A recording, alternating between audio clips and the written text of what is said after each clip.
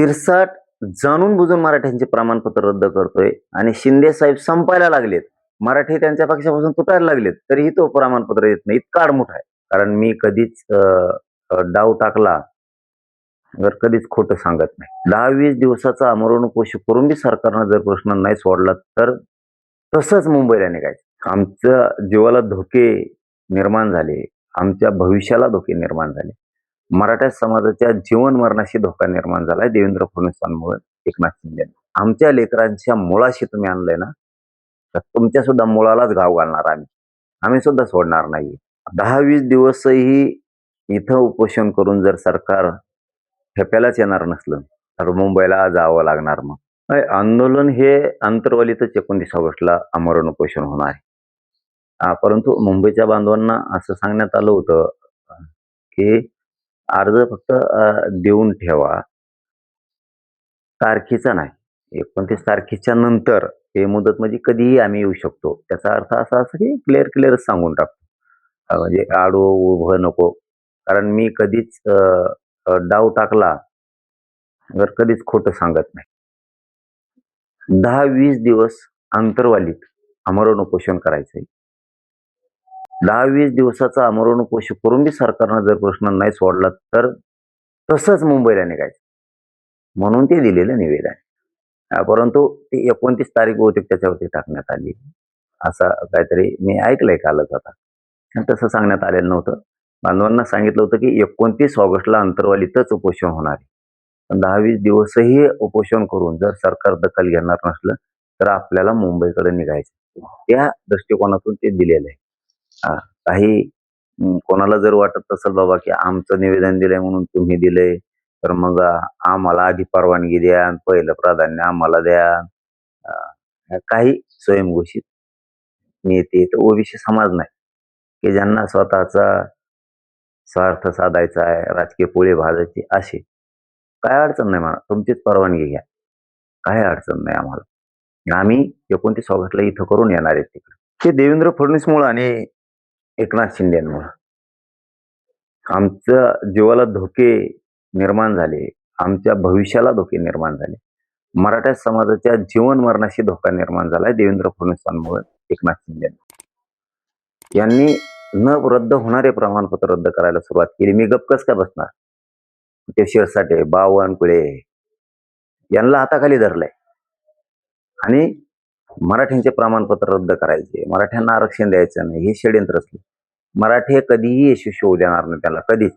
शेवटी आमच्या लेकरांच्या मुळाशी तुम्ही आणलंय ना, तर तुमच्या सुद्धा मुळालाच घाव घालणार आम्ही. आम्ही सुद्धा सोडणार नाही. 29 ऑगस्टच्या नंतर ही लढाई सुरू झाली. आता तुम्ही नसता आणखीनही सांगतो, तुम्ही प्रमाणपत्र रद्द करायला नको होते, चूक दुरुस्त करा. व्हॅलिडिटीचे 58 लाखाचे प्रमाणपत्र द्या, सगळ्या गॅझेटियरचे जी आर काढा आणि मराठवाड्यातल्या मराठ्यांचा जो जी आर काढलाय त्याचे प्रमाणपत्र द्यायला सुरुवात करा. 58 लाख नोंदी आहेत, त्याचे सुद्धा प्रमाणपत्र द्यायला सुरुवात करा.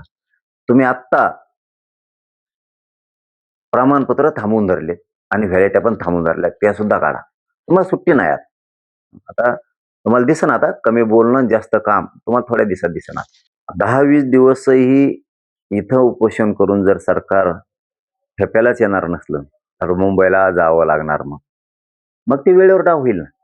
आत्ताच काहीच नको, आता काहीच सांगत नाही मी आत्ताच.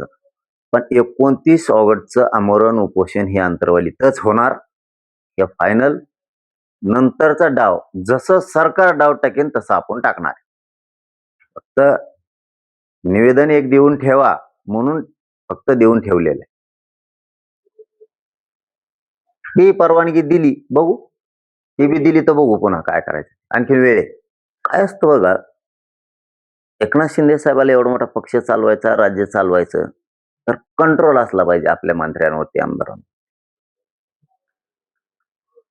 शिरसाट जाणून बुजून मराठ्यांचे प्रमाणपत्र रद्द करतोय आणि शिंदे साहेब संपायला लागलेत, मराठी त्यांच्या पक्षापासून तुटायला लागलेत, तरीही तो प्रमाणपत्र येत नाही. इतका आडमुठ आहे. त्याचं आडमुठं धोरण शिंदे साहेबाच्या नरड्याला लागणार आहे आणि ती आम्ही लावणार. तो आडमुठा वागतो ना, तो शिंदेला मोजित नाही ना, तो कोणालाच मोजित नाही ना. त्याचा अर्थ असा आहे, कारण प्रमाणपत्र रद्द केलेत आणि काय शिरसाटमुळे जर एवढं वाटोळं व्हायला लागलं तर शिंदेना कळत नाही का? याचा अर्थ तुमच्या दोघांची मिलीभगत आहे. शिंदेची आणि शिरसाटची. तुम्ही जाणून बुजून दोघं जण रद्द करताय. शिंदेची मिलीभगत नसती तर शिंदेने सांगितलं असतं, तुझ्यामुळं राज्यातला मराठ्यांचा रोष माझ्या अंगावर यायला लागलाय. तू ते प्रमाणपत्र का रद्द केले? ठीक आहे ना. यांचे मंत्रीपद आहे म्हणून आडमोठ्या भूमिकेत ना 29 नंतर आम्ही सुद्धा आडमोठ्या भूमिकेत येणार आहेत. त्या टायमाला शिरसाटला कळलं, शिंदेला पण कळलं. आणि मग त्यानेच नाही शिजेल, कोणी शिजेल? एकनाथ शिंदेच्या सांगण्यावर त्यानेच शिजेल. उपोषण फपोषण आंदोलन बाहेर टाका त्यानेच बसल्यात. तेच जातो तिथं. आता फोटो व्हायरल झाले 2-4 दिवसापूर्वी. शिंदेला कळत, शिंदेला वाटतं आम्ही येडे आहेत. तुम्हाला लय पश्चाताप येईल आम्हाला शिंदे साहेब. आम्हाला तर अपेक्षा बी नव्हती शिंदे साहेब तुमच्याकडून की तुम्ही आमच्या मराठ्यांशी असं वागताल म्हणून. अपेक्षा पण नव्हती. पण तुम्ही वागलात त्याला आता नाविलाज. ठीक आहे. तुम्हाला जसं वागायचं तुम्ही तसे वागलात. आम्हाला जसं वागायचं तसं आम्ही वागू. तुम्हाला शिरसट महत्वाचं आहे ना. शिरसट तुमचं जर राख रांगोळी करायला निघालाय त्याला आमचा नाविलाज आहे. सांभाळा शिरसटला. तुमच्या दोघांची मिलीभगत याचा अर्थ असा आहे. शिंदे आणि शिरसाट. शिरसाटावर बी पक्ष नाराज असल्याचं सांगताय की भाजप पक्ष नाराज असल्याचं सांगताय, एकनाथ शिंदे नाराज असल्याचं सांगताय. मग अशा बातम्या आल्या. शिंदेच्या पुढे थोडं आहे ते. शिंदेना एवढा मोठा पक्ष चालवायचा, राज्य चालवायचं, एवढा मोठा मराठ्यांचा गट त्यांच्या पाठीशी आहे. आणि शिरसाट मराठ्यांच्या लेकरांच्या अन्नात विष घालतो. वाटोळं करा, अन्याय करायला लागला मराठा समाजावरती. आणि शिंदे काहीच बोलत नाहीयेत त्याला. याचा अर्थ तवाच लक्षात येतो मिलीभगत आहे दोघांची. ते जाणून बुजून मराठ्यांच्या विरोधात डाव टाकतायत. शिंदेचाच ऐकून तो टाकतोय. नसता शिंदेचा मालक लागून गेला का तो? मालक झाला तो